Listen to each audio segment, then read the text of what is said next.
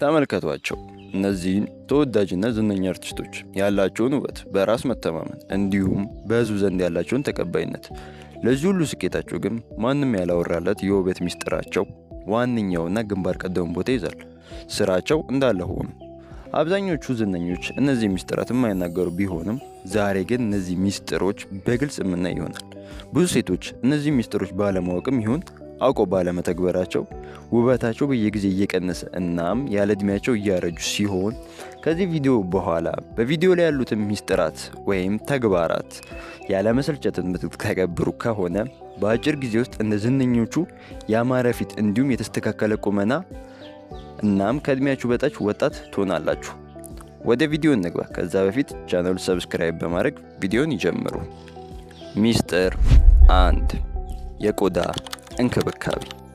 ዝነኞቹ ለቆዳቸው እጅግ በጣም ጥንቃቄና እንክብካቤ ያደርጋሉ። የራሳቸው የሆነም የቆዳ እንክብካቤ ልማድ አላቸው። ከነዚህም ውስጥ በመጀመሪያ የምናገኘው ቆዳቸውን ማጽዳት ነው። አብዛኞቹ ዝነኞች ፊታቸውን በቀን 2 ጊዜ ወይም ጠዋትና ማታ ይታጠባሉ።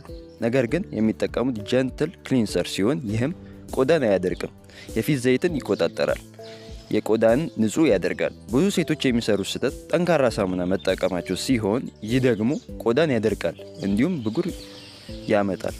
በመቀጠልም የቆዳቸውን እርጥበት መጠበቅ ሲሆን ሞይስቸራይዘር ይጠቀማሉ። ብዙ ሴቶች የማያውቁት ነገር ሃይድሬትድ ስኪን እኩል ይሆናል ያንግ ስኪን ነው። ይህም እርጥበት ያለው ቆዳ ከወጣትነት ቆዳ ጋር እኩል ይሆናል ማለት ነው። ስለዚህም አብዛኞቹ ዝነኞች በየቀኑ ሞይስቸራይዘር ይጠቀማሉ። ሌላኛው እጅግ አስፈላጊ ሚስጥር ደግሞ ሰንስክሪን ነው። ይህም በጣም ታላቅ የውበት ሚስጥር ነው። 80% የቆዳ እርጅና የሚመጣው ከፀሐይ ሲሆን ሰንስክሪን በየቀኑ በመጠቀም የቆዳ ውበታቸውን ይጠብቃሉ። አብዛኞቹ ዝነኞች ቤታቸው ውስጥ ቢሆኑ እንኳን ሰንስክሪን ይጠቀማሉ። ሌላው የቆዳ ውበት መጠበቂያ ዘዴያቸው ደግሞ ቪታሚን ሲ ሴረም ነው። ይህ ደግሞ ቆዳን ያበራል፣ ዳርክ ስፖት ይቀንሳል። ዝነኞቹ ማታ ላይ ደግሞ ሜካፓቸውን ያስለቅቃሉ፣ ከዛም ፊታቸውን ያጸዳሉ፣ እንዲሁም ሞይስቸራይዘር ይጠቀማሉ። በዚህም የቆዳቸውን ውበት ይጠብቃሉ። አብዛኞቹ ሴቶች ማታ ላይ ሜካፓቸውን ባለማስለቀቅ እንዲሁም ፊታቸውን በተገቢ ሁኔታ ባለማጽዳት የቆዳቸውን ውበት ያጣሉ። ሚስጥር 2 የቢዩቲ ክሊኒክ እንክብካቤ። አብዛኞቹ ዝነኞች የሚጠቀሙት ሲሆን ነገር ግን ብዙ ሴቶች ይህን የቆዳ ትሪትመንት ችላ ይሉታል።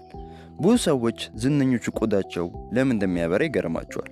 እውነቱ ግን ዝነኞች ብዙ ጊዜ ፕሮፌሽናል ቢዩቲ ትሪትመንትን ይጠቀማሉ።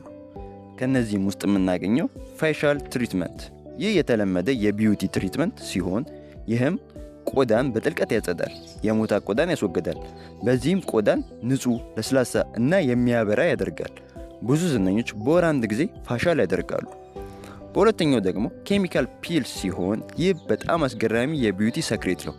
ኬሚካል ፒል ሲደረግ የቆዳ አሮጌ ሽፋን ወይም ላየር ይወገዳል፣ እንዲሁም አዲስ ቆዳ ይወጣል። ሶስተኛው ትሪትመንት ደግሞ ማይክሮ ኒድሊንግ ሲሆን በአሁኑ ጊዜ በዝነኞች ዘንድ በጣም የታወቀ ቢዩቲ ትሪትመንት ነው። ማይክሮ ኒድሊንግ ሲደረግ በቆዳ ላይ ትንሽ መርፌ ይጠቀማሉ። ይህም ሰውነትን ኮላጅን እና ኢላስቲን እንዲፈጠር ያደርጋል። በዚህም ቆዳ ወጣት፣ ስሙዝ እና ታይት ይመስላል። ሚስጥር 3 የቦዲ ሼፕ ሚስጥር።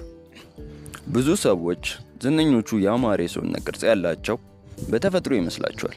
ነገር ግን እነሱ የሰውነታቸውን ቅርጽ በትክክል ይጠብቃሉ። እሱም ትክክለኛ የሰውነት እንቅስቃሴ በማድረግ ሲሆን ዝነኞቹ በጂም ውስጥ ወይም ሆም ወርክአውት ያደርጋሉ። እነሱ የሚጠቀሙት እንደ ዌይት ሎስ አይደለም። ትኩረት የሚያደርጉት ሰውነታቸውን በፈለጉ መጠን መገንባት፣ ከፍተኛ የሆነ የሰውነት ቅርጽ የሚያመጡ እንቅስቃሴዎችን ማድረግ እናም ሰውነታቸው ንጹህ እና ታይት የሚያደርጉ እንቅስቃሴ ላይ ያተኩራሉ። ብዙ ሴቶች ወቅታዊ የሆነ የሰውነት መቀነሻ እንቅስቃሴ ላይ ያተኩራሉ። ያ ደግሞ ኪሎአቸው ቢቀንስም ያማረ የሰውነት ቅርጽ አይኖራቸውም። እንዲሁም አብዛኞቹ ዝነኞች ከእንቅስቃሴ ውጪ የፖስቸር ትሬኒንግ ያደርጋሉ። ይህ ደግሞ ሲራመዱ እንዲሁም ሲቆሙ እንደ ሞዴል ግርማ ሞገስ ያላብሳቸዋል ማለት ነው። ሚስጥር 4 የምግብ ሚስጥር። ዝነኞቹ ቆዳቸው እንዲያበራ እና ግሎ እንዲሆን በጣም አስፈላጊ ምግቦችን ይበላሉ። እነዚህም አቮካዶ፣ ሳልመን፣ አሳ፣ አትክልትና ፍራፍሬ እንዲሁም ሎዝን ይጠቀማሉ። አብዛኞቹ ዝነኞች ፕሮሰስድ የሆኑ ምግቦችን እንዲሁም ስኳርን እጅግ በጥቂቱ ነው የሚጠቀሙት። ሌላው ዝነኞቹ ትኩረት ሰጥተው ውሃ ይጠጣሉ። ይህም ቆዳ በጣም ሃይድሬትድ እንዲሆን ያደርጋል፣ እንዲሁም መርዛማ ነገሮችን ከሰውነት ያስወግዳል። ወሳኙ ዝነኞች የሚጠቀሙት የአመጋገብ ሚስጥርም ትክክለኛን ሞዴሬት ፖርሽን ወይም የሚወስዱትን ምግብ መመጠን ላይ ያተኩራሉ። በቀን የሚወስዱትን ባላንስ ዳይት የሆነ የተመጣጠነ ምግባቸውንም በየጊዜው ያረጋግጣሉ። እንዲሁም ማታ ደግሞ ምግብ አያበዙም ወይም ቀለል ያለ ራት ይበላሉ። በዚህም ካላስፈላጊ ውፍረት ራሳቸውን ይጠብቃሉ ማለት ነው። ሚስጥር 5 እንቅልፍ እና ጭንቀት። የአብዛኞቹ ቆንጆቹ ዝነኞች ውበት በተፈጥሮ የመጣ ይመስለናል። ነገር ግን እነሱ እንቅልፋቸውንና ጭንቀታቸውን በመቆጣጠር ውበታቸውን ይጠብቃሉ። ኳሊቲ እንቅልፍ እጅግ አስፈላጊ ሲሆን በቀን ከ7 እስከ 8 ሰዓት እንቅልፍ አስፈላጊ ነው።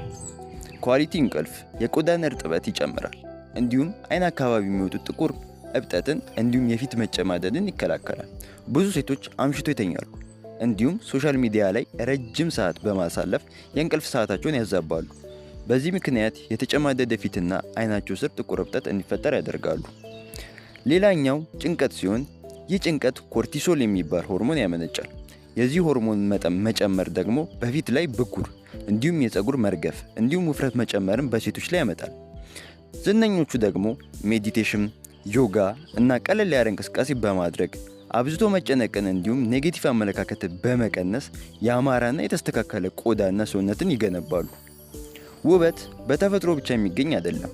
በየቀኑ ሴቶች ራሳቸው ላይ በመስራት ያንን ውበት ማምጣት ይችላሉ። በዚህ ቪዲዮ ብዙ ነገር እንዳተረፋችሁ እርግጠኛ ነኝ። ቻናሉን ሰብስክራይብ በማድረግ ቤተሰባችን ይሁኑ። በቀጣይ ቪዲዮ እስከምንገናኝ ድረስ ደህና ሁኑ።